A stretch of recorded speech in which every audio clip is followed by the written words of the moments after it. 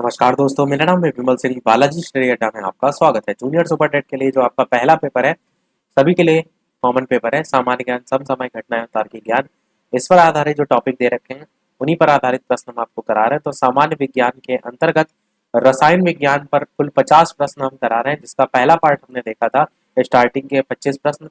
यदि नहीं देखा है, साइड में आई बटन में पिछला वाला वीडियो आपको मिल जाएगा। आज हम देखेंगे इसी के बाकी बचे 25 प्रश्न, यानी कि रसायन विज्ञान। यहाँ पर जो प्रश्न है पहले पेपर के, वो आप 25 से लेकर जो है वो देखेंगे, क्योंकि 1 से 25 तक हम जो है ऑलरेडी देख चुके थे। तो चलिए शुरू करते हैं। प्रश्न नंबर 26 से 50 तक प्रश्न हम देखेंगे। प्रश्न आपका है, निम्नलिखित में से विश्व यानी कि यूनिवर्स जो है उसमें कौन सर्वाधिक पाया जाने वाला तत्व जो है वो होता है। यही वाला प्रश्न मैंने पिछले वाले वीडियो में पूछा भी था और कहा था अगले वाले वीडियो में हम इसका आंसर जो है वो देंगे। तो चार ऑप्शन में से कौन सा सही होगा, आंसर की बात करते हैं तो आप सभी जानते हैं हाइड्रोजन जो है वो बिल्कुल सही हो जाएगा। ब्रह्मांड या यूनिवर्स में सबसे अधिक मात्रा में, सर्वाधिक मात्रा में पाया जाने वाला जो है वो तत्व। अगर आपसे पूछा जाए भू प्रॉपर्टी पर, भू प्रॉपर्टी, इस पर सर्वाधिक पाया जाने वाला तत्व कौन सा है, तब आपका आंसर जो है वो ऑक्सीजन हो जाएगा। ध्यान दीजिएगा, प्रश्न पूछने का तरीका अलग हो सकता है। दोनों तरीके से पूछा जाए तो दोनों ही ध्यान रखिएगा। अगला देखते हैं 27 नंबर प्रश्न कि निम्नलिखित में से कौन सा मूल तत्व है। रेत, हीरा, संगमरमर या फिर शक्कर। बताना है आपको इन चार ऑप्शन में कौन सा जो है वो सही होगा। कौन सा मूल तत्व है, ये आपसे यहाँ पर पूछा गया है। आंसर की बात करते हैं option A B C D में से, तो आपका हीरा जो है वो बिल्कुल सही हो जाएगा, क्योंकि हीरा रासायनिक रूप से अगर बात करें तो कार्बन का शुद्धतम रूप जो है वो होता है, जिसे हम क्रिस्टलीय अपर रूप भी जो है वो कहते हैं। एक प्रश्न ये भी पूछा जाता है कि विश्व में सबसे ज्यादा हीरा जो है वो कहाँ पाया जाता है, तो दक्षिण अफ्रीका में जो है सर्वाधिक हीरा जो है वो पाया जाता है। ये तो हो गया विश्व में। पर अगर आपसे पूछा जाए भारत में, तब आपका आंसर बदल जाएगा। तो भारत में सर्वाधिक मध्य प्रदेश, कर्नाटक, अधिकतर यही दोनों जगह जो है वो देखने को मिलती है। यहाँ पर मध्य प्रदेश और जो कर्नाटक है, यहाँ पर हीरे की जो है वो खाने हैं। 28 नंबर प्रश्न है कि अब तक कितने तत्व ज्ञात किए गए हैं। चार ऑप्शन दे रखे हैं, बताना है आपको इनमें से कौन सा सही होगा। ऑप्शन ए, बी, सी या डी में से आंसर की बात करते हैं तो आपका कुल 118 तत्व जो है अभी तक ज्ञात हैं, और इन 118 तत्वों में से 92 जो है वो धातुएं हैं और 26 जो है वो अधातु हैं, इसी 118 में से। अगला देखते हैं 29 प्रश्न की आवर्त सारणी जो है उसका दीर्घ रूप निम्नलिखित के फलन के रूप में तत्व गुणधर्म पर आधारित होता है। परमाणु द्रव्यमान, परमाणु आकार, विद्युत ऋणात्मकता या फिर परमाणु संख्या। तो बताना है आपको इन चारों ऑप्शन में कौन सा जो है वो सही होगा। आंसर की बात करते हैं option A B C D में से, तो आपका बिल्कुल परमाणु संख्या जो है वो बिल्कुल सही हो जाएगा। तत्वों के जो गुणधर्म होते हैं उनके परमाणु संख्या के आवर्ती फलन होते हैं, और जो तत्वों की परमाणु संख्या होती है, ये इनके परमाणु में विद्यमान प्रोटॉनों अथवा इलेक्ट्रॉनों की संख्या जो है उसके बराबर होती है, या संख्या होती है, कुछ भी आप कह सकते हैं। 30 नंबर प्रश्न है कि निम्नलिखित धातु जो युग्म है उनमें से किस एक में क्रमशः सबसे हल्की धातु तथा सबसे भारी धातु जो है वो है। बढ़िया प्रश्न है, बताइए इन चार ऑप्शन में कौन सा जो है वो सही होगा। लिथियम और पारा, लिथियम और ऑस्मियम, एल्यूमिनियम और ऑस्मियम, एल्यूमिनियम और पारा। कौन सा इन चार ऑप्शन में सही होगा। आंसर की बात करते हैं option A B C D में, तो लिथियम और ऑस्मियम जो है वो सही होगा। लिथियम जो है आपकी ये सबसे हल्की धातु होती है, याद रखिएगा, और जो ऑस्मियम है ये सबसे भारी धातु जो है वो होती है, याद रखिएगा।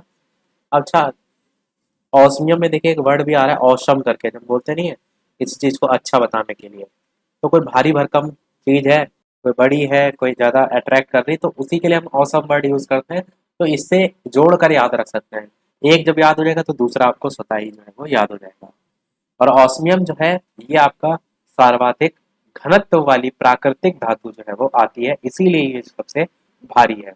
लिथियम का परमाणु क्रमांक आप सभी जानते हैं 3 होता है, हाइड्रोजन, फिर हीलियम और उसके बाद लिथियम जो है वो उसका नंबर आता है। अब ऑस्मियम की बात करें तो, और ऑस्मियम का परमाणु जो संख्या होती है, परमाणु क्रमांक 76 होता है, और परमाणु भार जो है वो 190 होता है। अगला देखते हैं 31 नंबर प्रश्न की मिश्रण जिसमें पारा धातु मौजूद होता है उसे जो है हम कहते हैं अमलगम, इमल्सन, मिश्रण या फिर सोल्डर। बताना है आपको इन चारों ऑप्शन में कौन सा सही होगा। आंसर की बात करते हैं option A B C D में से, तो आपका पहला ही ऑप्शन यानी कि अमलगम जो है वो बिल्कुल सही हो जाएगा। जो दंत चिकित्सा होती है ना, उसमें अमलगम पारे सहित विभिन्न धातुओं की एक मिश्र धातु होती है, तो वही यूज किया जाता है। इसका इस्तेमाल आप कह सकते हैं दांतों को भरने के लिए किया जाता है। देखते नहीं है, कहते हैं कि किसी किसी के दाढ़ वगैरह खोखली हो गई है तो उसमें भरने के लिए जो है वो किया जाता है। इसको हम पारद मिश्रण भी जो है वो कहते हैं। अब इसमें अलग अलग परसेंटेज भी होते हैं, जैसे कि अगर बात करें पारा का परसेंटेज तो 50% होता है। अगर बात करें चांदी का परसेंटेज तो 22 से लेकर 32% तक होता है। अगर बात करें टिन का परसेंटेज तो 14% होता है। अगर बात करें तांबा का परसेंटेज तो 8% होता है। तो ये सब मिश्र धातुओं के रूप में आप कहेंगे इसमें मिली होती है। 32 नंबर प्रश्न है आपका, सर्वाधिक कठोर तत्व निम्न में से कौन सा है। बहुत ही आसान प्रश्न है, आसानी से आप बता ले जाएंगे। और वीडियो पसंद आए तो वीडियो को लाइक भी सभी लोग करते रहिएगा। इसी प्रकार अच्छे अच्छे प्रश्न प्रैक्टिस जो है आपको कराते रहें। बताइए, आसान सा प्रश्न है कि सर्वाधिक कठोर तत्व जो है वो आपका निम्न में से कौन सा है। आंसर की बात करते हैं option A B C D में, तो हीरा आपका बिल्कुल जो है वो सही हो जाएगा। सर्वाधिक कठोर तत्व होता है हीरा, काफी बार आपने सुना भी होगा। 33 नंबर प्रश्न है, सबसे भारी प्राकृतिक तत्व जो है वो कौन सा है। यूरेनियम, मरकरी, सोना या फिर कैल्शियम। बताइए इन चार ऑप्शन में कौन सा सही होगा। ये भी अच्छा प्रश्न है, महत्वपूर्ण प्रश्न है। इस टाइप के प्रश्न पूछे जाने के चांसेस ज्यादा रहते हैं। तो सबसे भारी प्राकृतिक तत्व जो है कौन सा है, ये आपसे यहाँ पर पूछा गया। आंसर की बात करते हैं option A B C D में से, तो आपका पहला ही ऑप्शन यानी कि यूरेनियम जो है वो बिल्कुल सही हो जाएगा। सबसे भारी प्राकृतिक तत्व के अंतर्गत जो है वो आता है। और यूरेनियम आपका एक रेडियो एक्टिव तत्व है, ये भी आप जरूर जानते हो। 34 नंबर प्रश्न है, किस अम्ल का उपयोग सीसा संचायक बैटरी में किया जाता है। सल्फ्यूरिक, हाइड्रोक्लोरिक, नाइट्रिक या फिर एसिटिक। बताइए इन चार ऑप्शन में कौन सा सही होगा। आंसर की बात करते हैं option A B C D में से, तो आपका इसको साइड से हटा दें। आंसर की बात करते हैं, पूछा गया है आपसे सीसा संचायक जो बैटरी है इसमें जो है किस अम्ल का उपयोग किया जाता है। इन चारों ऑप्शन में आंसर की बात करते हैं तो सल्फ्यूरिक अम्ल आपका बिल्कुल सही हो जाएगा। सल्फ्यूरिक अम्ल का यूज किया जाता है किसमें, सीसा संचायक बैटरी। अगला देखते हैं 35 नंबर प्रश्न कि सभी अम्लों में सबसे अधिक समान तत्व जो है वो है। हाइड्रोजन, क्लोरीन, ऑक्सीजन या फिर गंधक। बताइए इन चार ऑप्शन में कौन सा सही होगा। आंसर की बात करते हैं option A B C D में से, तो आपका हाइड्रोजन जो है वो बिल्कुल सही हो जाएगा। अम्लों में सर्वाधिक समानता तो हाइड्रोजन होता है, क्यों, क्योंकि सभी अम्ल क्या करते हैं अपने जलीय विलयन जो होता है उसमें H प्लस आयन जो है वो मुक्त करते हैं, जिसे हम हाइड्रोजन आयन जो है वो कहते हैं। तो यही पूछा गया था सभी अम्लों में सबसे अधिक समान तत्व कौन सा है, हाइड्रोजन आपका हो जाएगा। 36 नंबर प्रश्न कह रहा है कि सिरका किसका जलीय विलयन है। चार ऑप्शन दे रखे हैं, बताना है आपको इन चार ऑप्शन में से कौन सा जो है वो सही होगा। आंसर की बात करते हैं ऑप्शन बी सी डी में से, तो आपका एसिटिक अम्ल जो है वो सही हो जाएगा। तो सिरका किसका जलीय विलयन होता है, एसिटिक अम्ल का जो है वो होता है। और एसिटिक अम्ल जो है इसका 4 से 6% जो है आपका तनु घोल सिरका जो है वो कहलाता है, जो कि प्रश्न में जो है आपका पूछा गया था। सिरका को इंग्लिश में विनेगर कहते हैं, VINEGAR।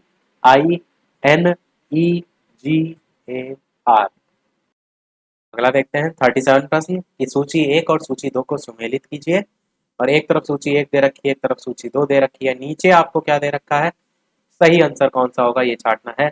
थोड़ा सा जूम आउट और कर देते हैं ताकि आपको एक बार में पूरा प्रश्न जो है वो दिखाई दे। अब आपको पूरा प्रश्न दिखाई दे रहा होगा। बताइए इन चार ऑप्शन में कौन सा सही होगा।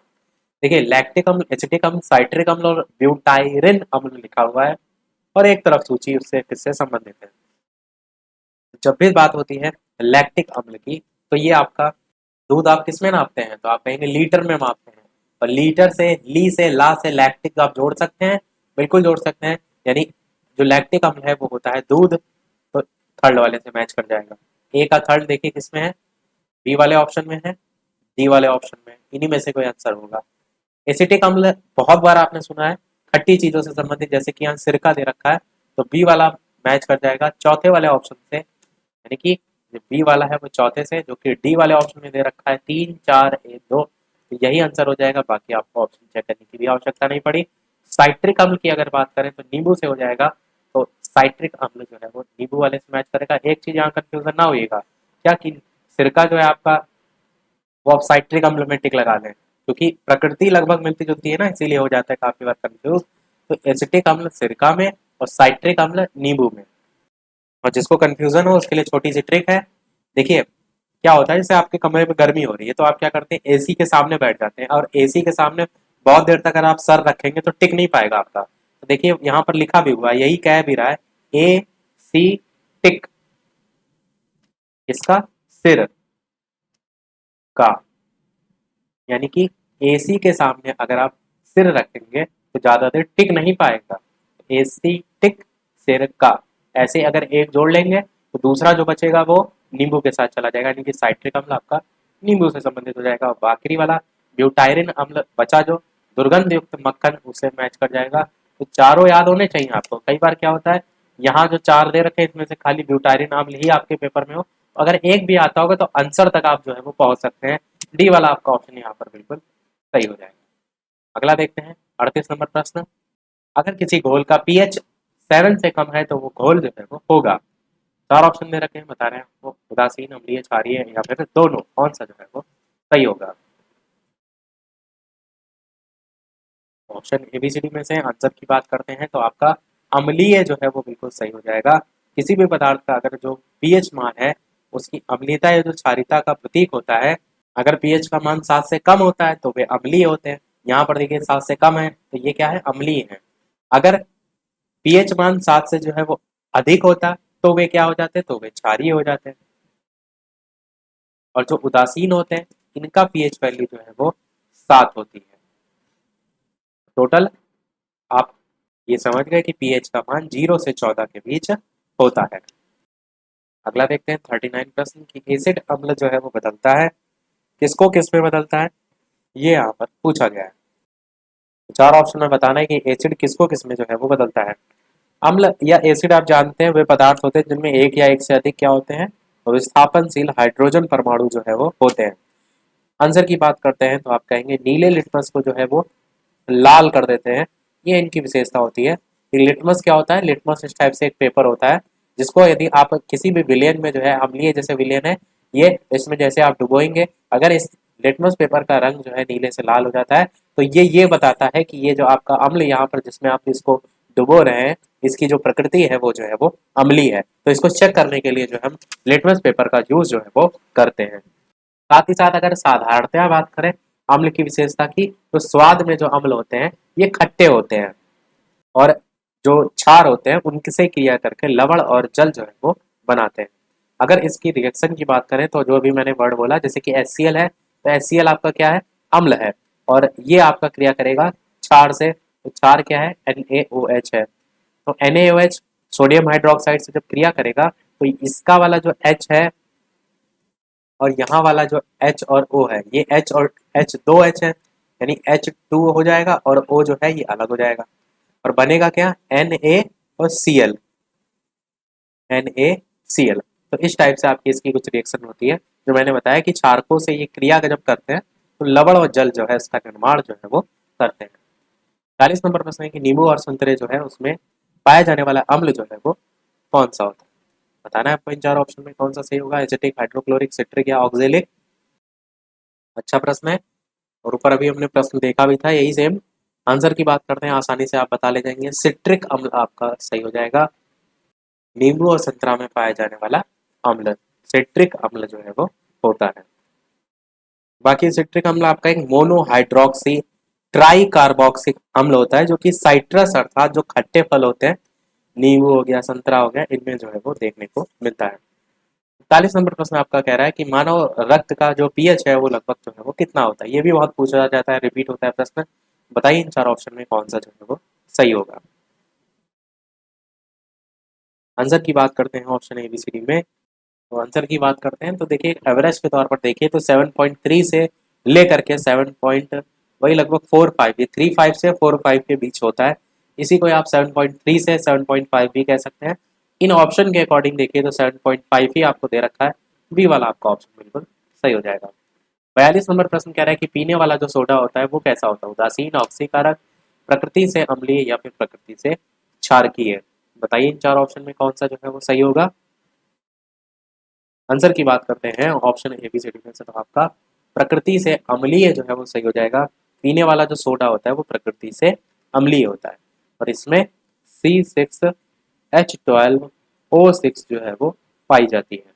इसका नाम होता है आईपीएससी नेम फ्रक्टोज। और फ्रक्टोज के बारे में आपको ये भी पता होगा कि सबसे मीठी शर्करा जो है वो आपकी फ्रक्टोज ही जो है वो होती है। अगला देखते हैं 43 प्रश्न कि किसी तत्व के परमाणु भार से संबंधित निम्नलिखित कथनों में से कौन सा एक कथन जो है सर्वाधिक उपयुक्त है। चार ऑप्शन दे रखे हैं, बताना है आपको इन चार ऑप्शन में कौन सा जो है वो सही होगा। प्रश्न आपका पूछा गया है कि किसी तत्व के परमाणु भार से संबंधित निम्नलिखित कथनों में से कौन सा एक कथन सर्वाधिक उपयुक्त है। चार यहाँ पर कथन दे रखे हैं, सभी को पढ़कर आपको बताना है यहाँ पर कि कौन सा सर्वाधिक कथन उपयुक्त है। लाइव टाइमिंग दो है आपकी, दोपहर के 3 बजे, शाम के 8 बजे। तो लाइव आकर के वीडियो आप देख सकते हैं, प्रश्नों की प्रैक्टिस कर सकते हैं। आंसर की बात करते हैं इन चारों ऑप्शन में तो एक तत्व का परमाणु भार एक पूर्णांक होता है, ये वाला आपका कथन जो है वो सर्वाधिक उपयुक्त है जब बात की जाएगी परमाणु भार से संबंधित। किसी तत्व का परमाणु भार एक पूर्णांक होता है। 44 प्रश्न आपका कह रहा है कि परमाणु भार का अंतरराष्ट्रीय मानक जो है वो है। चार ऑप्शन है, बताइए इनमें से कौन सा सही होगा। आंसर की बात करते हैं option A B C D में से तो आपका C12 जो है वो बिल्कुल सही होगा। परमाणु भार का अंतरराष्ट्रीय मानक C12 जो है आपका होता है। 45 नंबर प्रश्न कह रहा है किसी तत्व के रासायनिक गुण निर्भर करते हैं परमाणु द्रव्यमान पर, परमाणु संख्या पर, द्रव्यमान संख्या पर या फिर परमाणु भार पर। बताइए इन चार ऑप्शन में कौन सा सही होगा। आंसर की बात करते हैं option A B C D में तो आपका पहला ही ऑप्शन परमाणु द्रव्यमान पर जो है वो सही होगा। किसी भी तत्व के रासायनिक गुण परमाणु द्रव्यमान पर जो है वो निर्भर करते हैं। 46 प्रश्न है, एक परमाणु में दो इलेक्ट्रॉन की चारों क्वांटम संख्याएं आपस में समान नहीं हो सकती, ये नियम निम्न में से किस वैज्ञानिक से संबंधित है। चार ऑप्शन है, बताना है आपको इनमें से कौन सा जो है वो सही होगा। आंसर की बात करते हैं option A B C D में से तो आपका फैराडे जो है वो बिल्कुल सही हो जाएगा। देखते हैं प्रश्न नंबर 43 से। प्रश्न आपका कि किसी तत्व के परमाणु भार से संबंधित निम्नलिखित कथनों में से कौन सा एक कथन सर्वाधिक उपयुक्त है, आपको बताना है। चारों कथन को पढ़िए, छाटिए, बताइए कौन सा जो है वो सही होगा। पूछा गया है किसी तत्व के परमाणु भार से संबंधित। आंसर की बात करते हैं option A B C D में तो बी वाला ऑप्शन, द्रव्यमान संख्या के विपरीत एक तत्व का परमाणु भार भिन्न हो सकता है, ये जो है आपका बिल्कुल सही हो जाएगा। अगला देखते हैं 44 नंबर प्रश्न कि परमाणु भार का अंतरराष्ट्रीय मानक जो है वो है। चार ऑप्शन में बताना है कौन सा जो है वो सही होगा। ऑप्शन ए, बी, सी या डी में से आंसर की बात करते हैं तो आपका C12 जो है वो सही हो जाएगा। ये जो है आपका C12 परमाणु भार का अंतरराष्ट्रीय मानक जो है वो होता है। 45 नंबर प्रश्न कह रहा है किसी तत्व के रासायनिक गुण जो होते हैं वो किस पर निर्भर करते हैं। बताइए इन चार ऑप्शन में कौन सा सही होगा। प्रश्न भी आपका महत्वपूर्ण है, पूछा जाता है। आंसर की बात करते हैं option A B C D में से तो आप क्या कहेंगे, परमाणु संख्या पर जो है वो निर्भर करता है। किसी तत्व के रासायनिक गुण इस पर निर्भर करते हैं, परमाणु संख्या पर। 42 नंबर प्रश्न कह रहा है कि एक परमाणु में दो इलेक्ट्रॉनों कि चारों क्वांटम संख्याएं आपस में समान नहीं हो सकती, ये नियम निम्न में से किस वैज्ञानिक से जो है वो संबंधित है? हुंड, पाउली, फेराडे या आर्हीनियस बताना है आपको, इनमें से कौन सा जो है वो सही होगा।